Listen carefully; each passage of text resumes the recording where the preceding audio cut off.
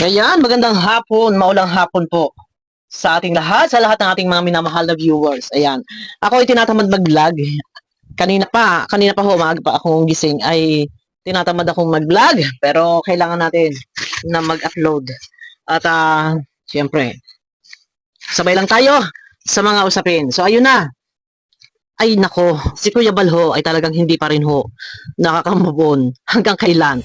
Kasi nga ba naman, wala ho kasing linaw kung sino talaga. Ang di umano nga ay sabi ay meron daw na sa likod at hindi makapaniwala si Kuya Bal na ang batalero ang sila lang ang may pakana ng pagpapatulpong ito. Ano? At pero ano ba talaga? Paano ho makakamove on si Kuya Bal?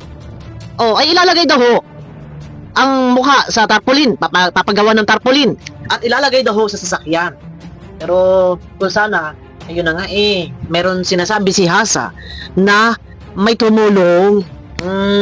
Sino itong tumulong na to? Maniniwala ba tayo kung sino ba talaga? Pero ganun pa man ay tayo ho ay may gagamitin muli na video clip. Bakit nga ba? Nagkataon na kung kailan pa mismong kasal ng anak, timing na timing, perfect timing. Doon pa talaga yung oras na kasal ng anak, doon pa talaga tinatawagan ng Rapi Tulfo in action. Yun ho talaga ang malaking palaisipan. Ano ho sa yan? Sorry guys. Yun ho talaga ang malaking palaisipan. Kung kailan kasal ng anak ni Kuya Bal, doon pa talaga tinatawagan ng Rapi Tulfo in action ha, yung oras din talaga ano. Kaya paano ho makakamove on? Naiintindihan ko po. Ano? Talaga talay. Ato pa. Ang dami mga pwedeng i-topic talaga. Nag-comment yung AR kay Kapeso na pinapa-contact si Marian para kasuhan itong si Iking.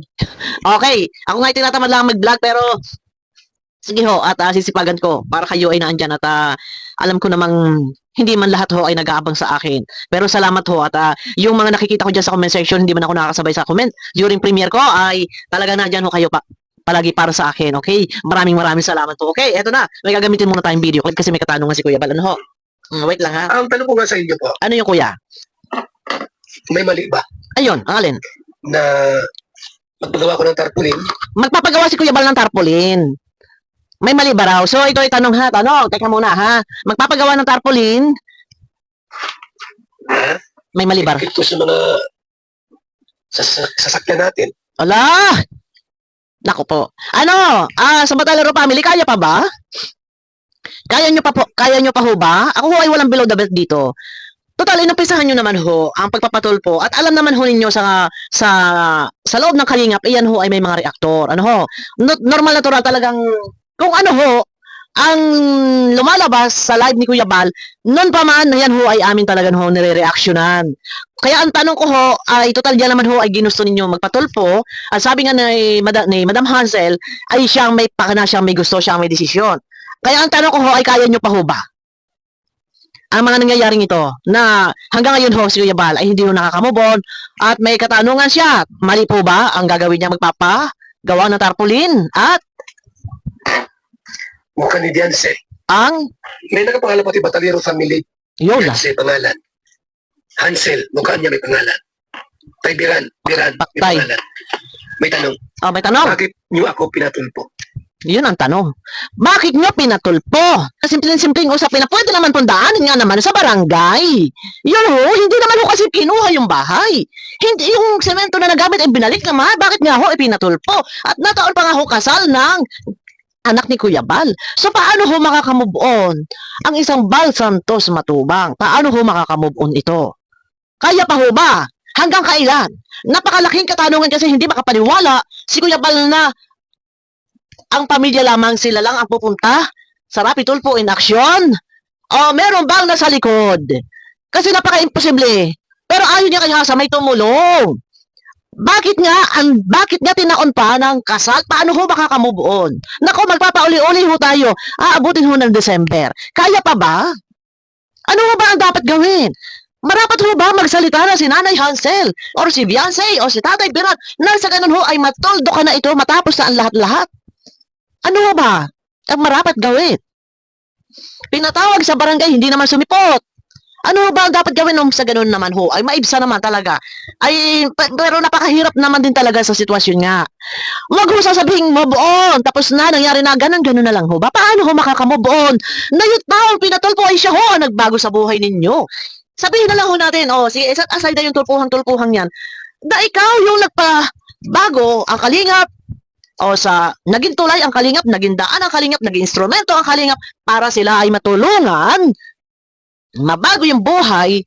Paano ho makaka-move on? Ano ho? Bakit nyo pinatulpo si Val Santos Matubang? Nako kuya, talagang hindi ho lubos maisip.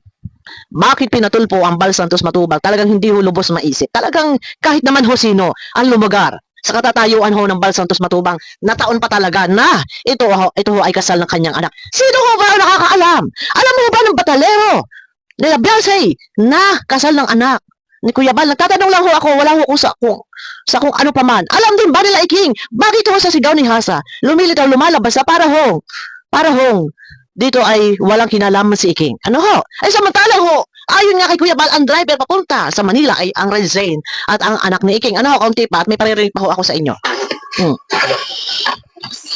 May mali ba yun? Ito naman sa abogado nyo, may mali. Ayun. Magpapagawa nga daw ng tarpaulin, nilalagay nga daw doon sa tarpaulin, and then nakalagay sa sasakyan, nakasabit doon sa labas ng sasakyan na pangalan nila, ng batalero. Picture. Ang tanong doon, bakit nyo ako pinatulpo? So, mali ho ba yun? So, ako ho ay wala hong alam sa mga batas-batas, kung ano yung mga bawal. May mga alam naman tayo. Pero pagdating sa mga ganyan, kayo na ho ang sumagot, baka ho merong mga kakilala kayong mga attorney, ay yun ho ang tanong. Ilalagay ho ang mukha, pangalan sa tarpaulin at ilalagay na ho sa sasakyan, ito ho ba ay mali? Pero para sa akin siguro, Kuya Bal, hayaan na lang. Baka maging butas pa para sa iyo. Pero, mag-topic ka na lang ng puro katanungan, bakit ka pinatulpo hanggat walang closure. Okay? Kaunti pa.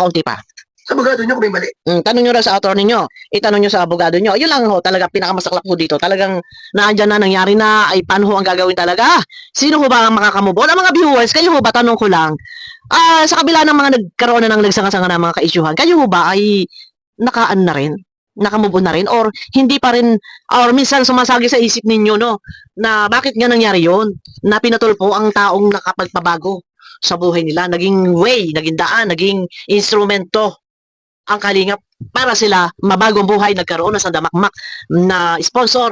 Alam kong nawawala na sa isip natin. Kaya lang, pagka kayo may naririnig, tayo ho ay may nakikita na ganito ho, na si Kuya Bal ay patuloy talagang may mga ina-upload at puro katanungan, ay natural, normal, nagpa-flashback ho sa ating alaala. Ano ho?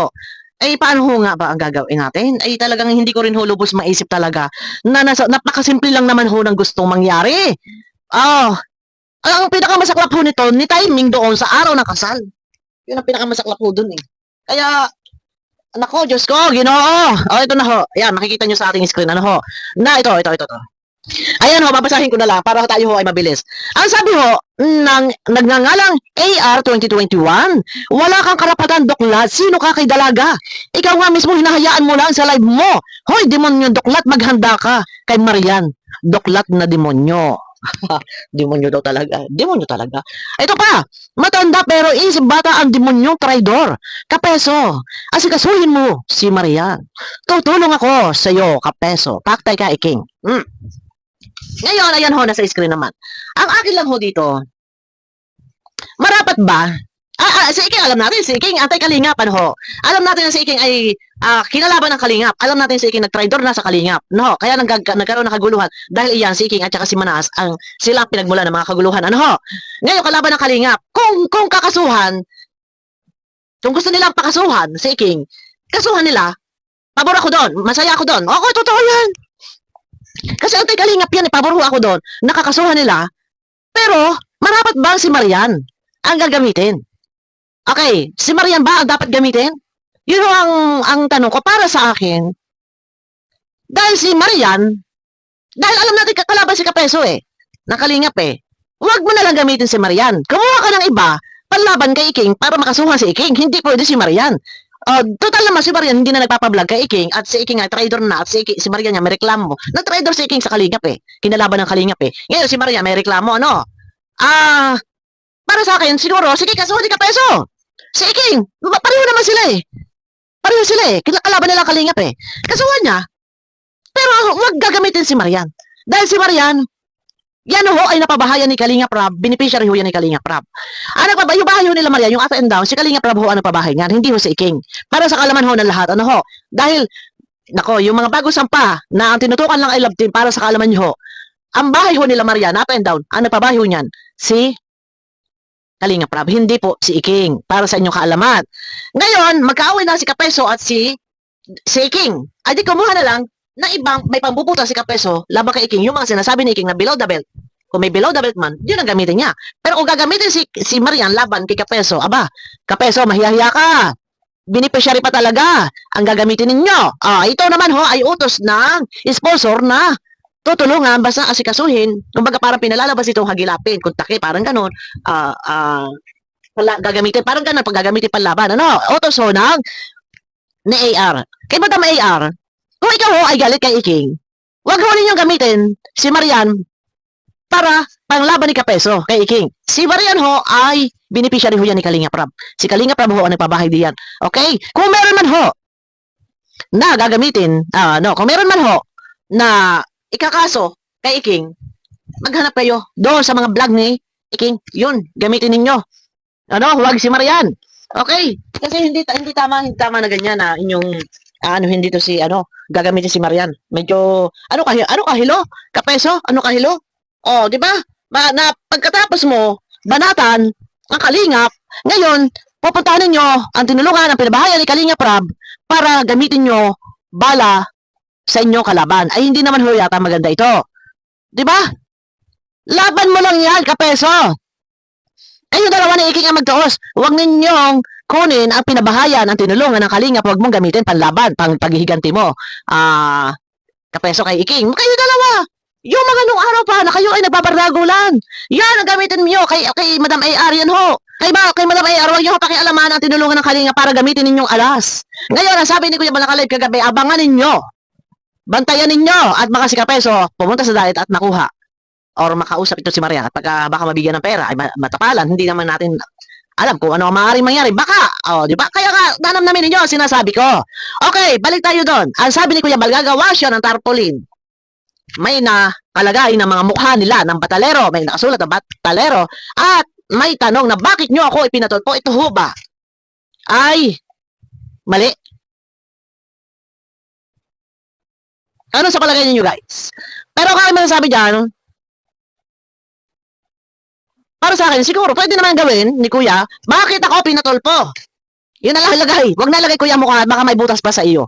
Ayun nga, bakit nga baga nga? At pabihira, alam nyo, yung binago yung buhay ninyo, tapos ngayon, ipinatulpo sa napakasimpleng usapin lang naman usapin pang barangay lamang. Sa barangay kayang-kayang lutas, kahit nga hindi nadaanan sa barangay. Verbal usap lamang, bakit nga ho, umangto pa sa ganun? Yun ho, ang napakasaklap doon. Paano ho yan? Di ba? Ay, hanggat hindi ka nakakakuha, Kuya Bal, ng malinaw na pahayag, or mga impormasyon pang malaman kung sino at talagang may nasa likod niyan, ay nasa iyo yan. Meron tayong freedom of speech, ilabas mo kung anong nararamdaman mo. Go! Okay. Kami nandito lang, support natin ang Kalingap guys. Salamat sa Kalingap. Alam niyo sa totoo lang, talagang ang Kalingap ay hindi lang po mga beneficiary ang natulungan. Para sa kalaman ho ng lahat, ha? Pati ho mga vlogger, real talk, totoo yan, tinanin nyo ho ang mga vlogger sa Kalingap Village, di ba? Kundi dahil kay Bal Santos Matubang, kaya salamat Kuya Bal. Hindi lang ho beneficiary ang natulungan ng isang Bal Santos Matubang, pati ho mga vlogger na inimbitahan niya para makapagsimula, mag-vlog at nasa ganon ay hindi lamang makatulong sa kapwa, kundi ang sarili ay matulungan ng pamilya. Di ba? Salamat Kuya Bal. Dapat ganon. Konting problema, konting hindi pagkakaunawaan, daanin sa verbal na usapan, hindi sa tulpuhan. Di ba? Kaya, paano ho makakamove on? Hindi ho talaga matatapos. Ano ang dapat gawin? Marapat bang kausapin na lang ng Batalero family si Kuya Bal, masinsinan. Mag heart to heart talk sila. Or, magsawalang kibo. Or, mauwi na naman sa muli kasuhan. Ano ba? Ako ho ay nagtatapik lang dito. Mga opinion, pag-a-analyze, mga katanungan, marapat ba? Nakausapin na lang verbal, heart to heart Heart to heart talk sila. Manahimik na lang. Or magkaso ano ba talaga? Paano ho? Hindi kasi maniwala si Kuya Bal na makakaya yan ng Batalero family, hindi naman na ina-underestimate. Kasi nga meron nag-drive. At kasama ang anak ni Iking, ang tanong si Iking ba ay walang kinalaman. Nawawala ang signal ko, hindi ako makapag-play. Kasi umuulan ho ay, ayan umuulan ay, may paririnig sana ako nga ni. Ay pambihirap panahon ito. Nakaraan talaga wala ho kami internet. Buti na lang at meron pa akong nasasagapang isang internet. Ayan, hindi ko tuloy may play. Kaya pasensya na ho, at ako'y, paano to ating pag-reaction ito. So ito, yung Nanay Hazel, at tanong ko nga din ho, ay kaya nyo pa ho ba? Hanggang kailan ho? Na palagi si Kuya Bal, maglalabas ho ng kanyang mga katanungan. Na bakit siya ay pinatulpo? Yan. Hanggang kailan ho na maglalabas siya ng kanyang mga katanungan? Ay naku, nabawala na naman ho. Ayan, nagdo-loading na naman. Nako, Diyos ko. Ayun, yun ho. Kasi yung damdamin niyan, kailangan niyang mailabas. Kasi may hinahanap ho, may hinihintay si Kuya Bal na sagot. Kasi napaka-imposible talaga na sila lang mag-anak ang nagplano. Di ba? Kaya yun ho ang dapat na mabigyan ng kasagutan para magkaroon ng katahimikan ang Bal Santos Matubang. Hindi ho. Hindi ho nagkakaroon ng katahimikan. Kaya pa ba? Hanggang kailan? Yun ang tanong. Yun ang tanong, hanggang kailan? Hanggang kailan nga ba? Ayan ho ang katanungan. Di ba? Teka. Ako'y na-stress na sa aking wifi na ito. At loading na loading ho. Ayan, umuulan ho kasi, ayan, umiikot. Umuulan ho pambihira. Ang sama ho ng panahon, ay pati apektado ho ang wifi. Ayan, loading pa ho. Nandito ang video clip ko. Umiikot. So, ayun, ang akin, marapat ba na ang Batalero family ay kausapin na lang si Kuya Bal verbal at sabihin ang katotohanan. Walang masama. Hindi ho magiging kabawasan sa ating pagkatao na tayo minsan ay tumaas ang kamay. Katunayan ho, ang Bal Santos Matubang ho ay humingi na ho ng pasensya sa inyo. Doon pa kay Rapi Tulfo. Ano ho? Paano ho yan? Tumaas na, humingi na ng sorry, ng pasensya. Okay? Pero, ay nagkakalaot-laot. So, kabawasan ba sa pagkatao natin na kayo mismo kung gusto niyo ho ng katahimikan sa Batalero family, kayo ho ay makipag-usap. Ano ho? Ay naku, nawawala ang signal ko. Makipag-usap na lang din ho na maiayos na ho ang mga kaguluhan ito na sa ganun ho ay pare-pareho ho na magkaroon ng kapayapaan at katahimikan ang bawat isa. Di ba? Ay kung ayaw, okay, fine, no problem. Karapatan nyo ho yan, kung ano ang gusto ninyo, kung ayaw nyo ho na magiging okay at magkapatawaran, mag-usap, verbal sa huling pagkakataon bago man lang siguro magpasko ay matapos na ito ay pambihirap. Yan. Pero ayun na, nasa RTC, Regional Trial Court na ho ang sinampang kaso ni Kalinga Prab. At andun niya ako kay Kalinga Prab, panoorin niyo. Mamaya na ho natin reaksyonan yan. Napakabilis ho ng proseso.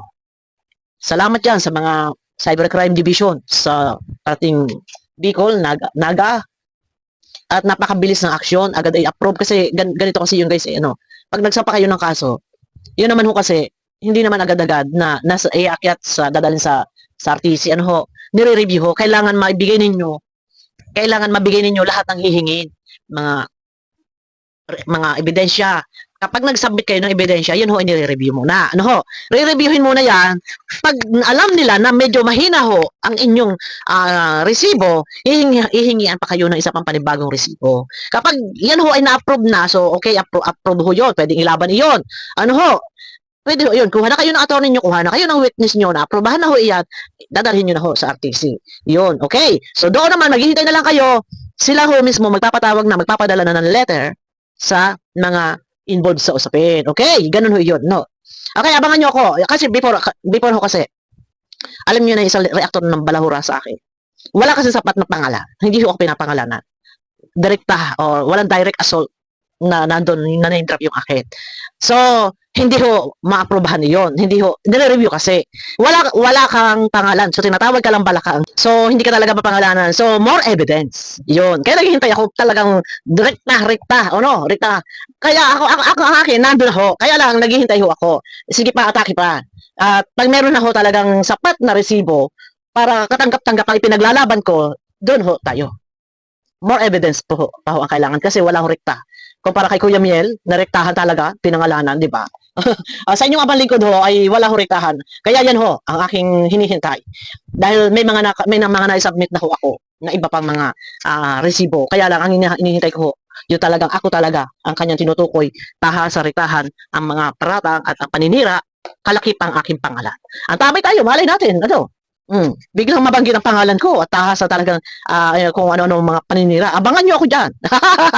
Di ba? Pero nandun ho yan. More evidence lang ho kailangan. Okay, abangan nyo ako guys sa aking next video at talagang loading na ho. Umulan ho kasi at masamang panahon ho dito. Abangan nyo ako sa aking next video. Mega love shoutout sa inyo lahat. Pakiclick ng thumbs up na sa ganun iswak sa palasa ho na YouTube. Okay, bye-bye po.